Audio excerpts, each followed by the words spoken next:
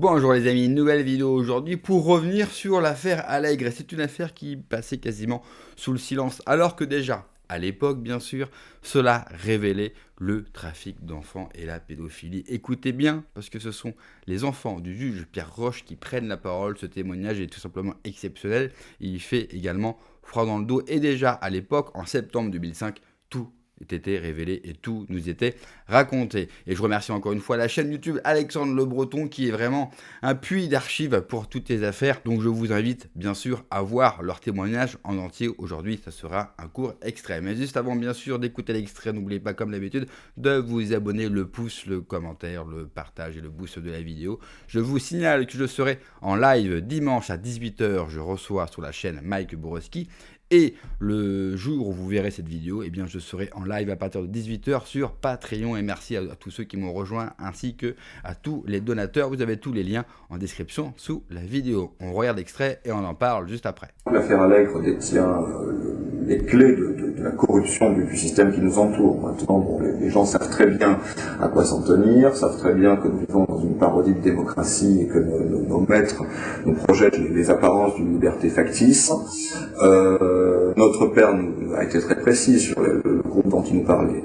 Apparemment, il y a toute une partie de ceux que j'appelle nos maîtres, n'est-ce pas ce qu'ils sont. Il y a une espèce d'élite autoproclamée qui n'est pas du tout basée sur le mérite, mais sur le piston et les liens interpersonnels. Et ces gens-là sont des loups qui gèrent le troupeau de moutons et puis qui consomment aussi du mouton à tous les repas. Donc il y a un groupe de prédateurs qui, à mon avis, n'existe pas seulement sur Toulouse. Bon, il se trouve que c'est sur Toulouse que ça a éclaté, puisque bon, la magistrature et toutes ces choses sont beaucoup plus gratinées, beaucoup plus mafieuses dans le sud. On connaît aussi le ressort de Nice, et il y aurait encore bien d'autres choses à dire. Mais le peuple doit être conscient qu'on le trompe, que sa pseudo-élite autoproclamée qui le trompe depuis beaucoup trop longtemps est en fait un ramassis d'opportunistes arrivistes qui nous ont réduits en esclavage sans qu'on s'en aperçoive, qui ont pris le contrôle de nos vies et qui donc estiment pouvoir exercer une prédation sur le troupeau, pouvoir transgresser toutes les lois, y compris celles de la morale et de la décence la plus basique, alors qu'ils sont eux-mêmes chargés de les faire respecter et eux-mêmes payés pour nous les faire respecter. Et donc, bon, c'était très clair. Notre père nous a parlé d'une sorte de secte, donc, derrière lequel il y avait d'ailleurs une sorte de corpus idéologique. Qu'est-ce qu'on raconte? Donc, comment fonctionne cette secte? On approche les gens qui ont de la puissance. Si on n'a pas de pouvoir, on n'est pas intéressant, on reste dans la piétaille. On reste dans le troupeau. Alors, à partir du moment où quelqu'un a du pouvoir, où il peut servir, où on est bien entre soi, on songe éventuellement à le recruter. Du moment qu'on a décelé chez lui, bien entendu, la corruption morale qui fait de lui un membre propice. On ne veut surtout pas recruter quelqu'un qui pourrait faire éclater le groupe ou qui pourrait dénoncer ce à quoi il assistait. Donc on recrute des gens qui semblent intéressants et chez lesquels on a décelé cette espèce de vocation que je qualifierais de diabolique, de participation à ces activités. On invite d'abord à des soirées moins extrêmes que celles que la personne sera amenée à connaître par la suite, mais au cours desquelles on l'enferme, en filmant ce qui se passe dans ces soirées, en y faisant participer, ce qui permet de s'assurer de la loyauté future du membre et qui ne parlera jamais à personne. Puis ensuite on passe à des choses de plus en plus sérieuses.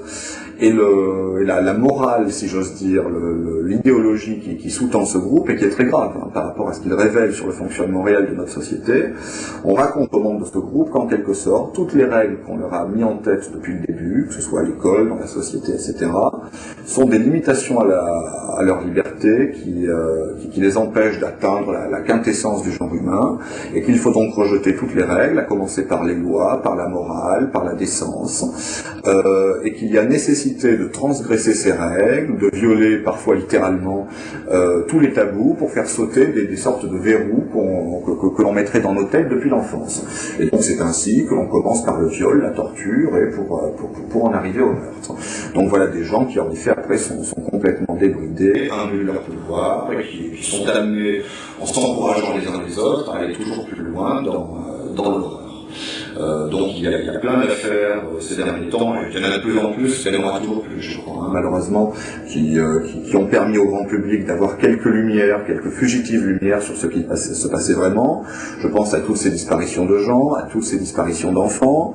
Je pense au suicide fort opportun du gendarme Jean-Bert, de 2 balles différentes. Il faut vraiment se haïr pour se suicider de 2 balles différentes, à la veille où sa quête allait pourtant connaître un aboutissement, puisqu'il devait aller voir le procureur pour lui raconter ce qu'il avait découvert sur les disparus de Lyon.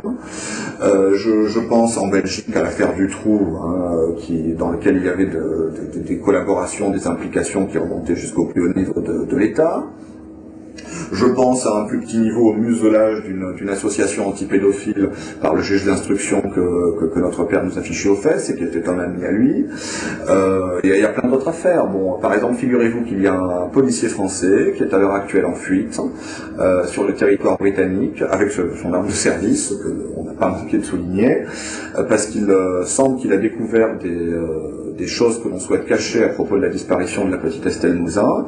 Alors bien entendu, on a essayé de faire passer ce bonhomme pour fou, et il a préféré s'enfuir en Angleterre parce qu'il avait peur, à mon avis à juste titre, qu'on l'assassine.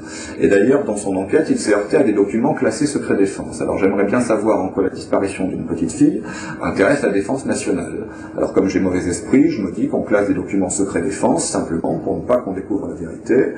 La vérité étant, vous savez, j'ai très mauvais esprit, que cette petite a été la proie d'un de ces groupes. Donc voilà, c'est le réseau, bien entendu, qu'entre magistrats et entre policiers, même si tous les magistrats, même si tous les policiers n'appartiennent pas à ce groupe.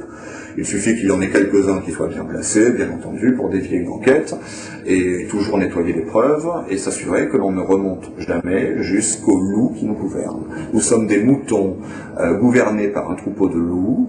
Notre mère a pu voir à l'époque, quand elle assistait à des repas de magistrats où on discutait la veille ou l'avant-veille d'un procès, de comment mon père allait truquer le procès du lendemain, elle était ressortie de ces repas entre nos tables, déjà, avec la ferme impression que nous ne sommes tous que des moutons comparaissant devant des tribunaux de quand on nous traduit en justice, en tout cas quand les affaires ont une quelconque importance.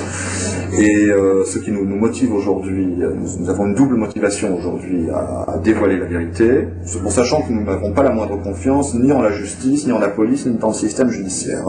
J'insiste très lourdement sur le fait que nous les connaissons beaucoup trop pour avoir la moindre confiance en eux. Alors il y a parmi eux des individus vertueux, je pense par exemple au gendarme Roussel. Il n'y a pas que lui, il y en a certes plein d'autres, mais le système est beaucoup trop gangréné. Vous savez, il suffit de mettre une pomme pourrie dans un panier pour que tout le panier soit très bientôt pourri. Les pourris se font avancer les uns les autres, se cooptent entre eux au niveau supérieur et s'arrangent toujours pour verrouiller le système. Ils ont des méthodes technocratiques terriblement efficaces. Et ils ne laissent rien au hasard, alors que les individus qui poursuivent la quête de la vérité sont bien trop souvent isolés ou mis à l'écart. Donc, primo, sachant que, même si je pense que ces révélations devrait rouvrir le dossier, je pense que le système lui-même nous mettra tous les bâtons dans les roues, mettra tous les bâtons dans les roues des chercheurs de vérité pour arriver jusqu'au bout. Et c'est pour cela que tout cela doit se passer sous l'œil du peuple et qu'il faudra vraiment pousser à la roue si on veut que les choses avancent. Elles n'avanceront pas d'elles-mêmes très loin de là, puisque tous les obstacles seront placés. Mais cependant, je pense qu'il y a vraiment quelque chose à faire et nous poursuivons un double but. Tout d'abord, à titre un petit peu égoïste quelque part, mais c'est quand même notre droit le plus strict. Nous avons bien compris que nous ne saurons jamais la vérité à propos de la mort de papa si nous ne disons pas nous-mêmes toute la vérité qu'il est venu nous dire au dernier moment. Alors, certes, nous pouvons garantir à 100% la véracité de tout ce qu'il nous a dit. Et je rajouterais que Carl Zero aussi avait enquêté sur l'affaire Allègre et nous avait aussi révélé et dit depuis très longtemps que bien sûr, il ne s'agissait pas bien sûr d'un prédateur isolé, mais d'un réseau, et vous l'avez entendu. Vous avez entendu les enfants, le témoignage des enfants de Pierre Roger. En l'occurrence, un enfant, parce que dans l'extrait, ils sont deux. Mais bien sûr, je ne suis pas en capacité de vous passer un extrait d'1 heure, donc je vous ai choisi un morceau où il raconte. Il raconte bien sûr les réseaux d'influence, il raconte aussi tous ces policiers, ou ces juges qui disparaissent, qui trouvent la mort. Vous savez, ces disparitions, où souvent il n'y a pas d'enquête, ou ces suicides de gens qui n'étaient absolument pas dépressifs et qui n'avaient aucune raison de se suicider. Mais bien sûr, on n'est pas totalement con, même si on est considéré comme des complétistes.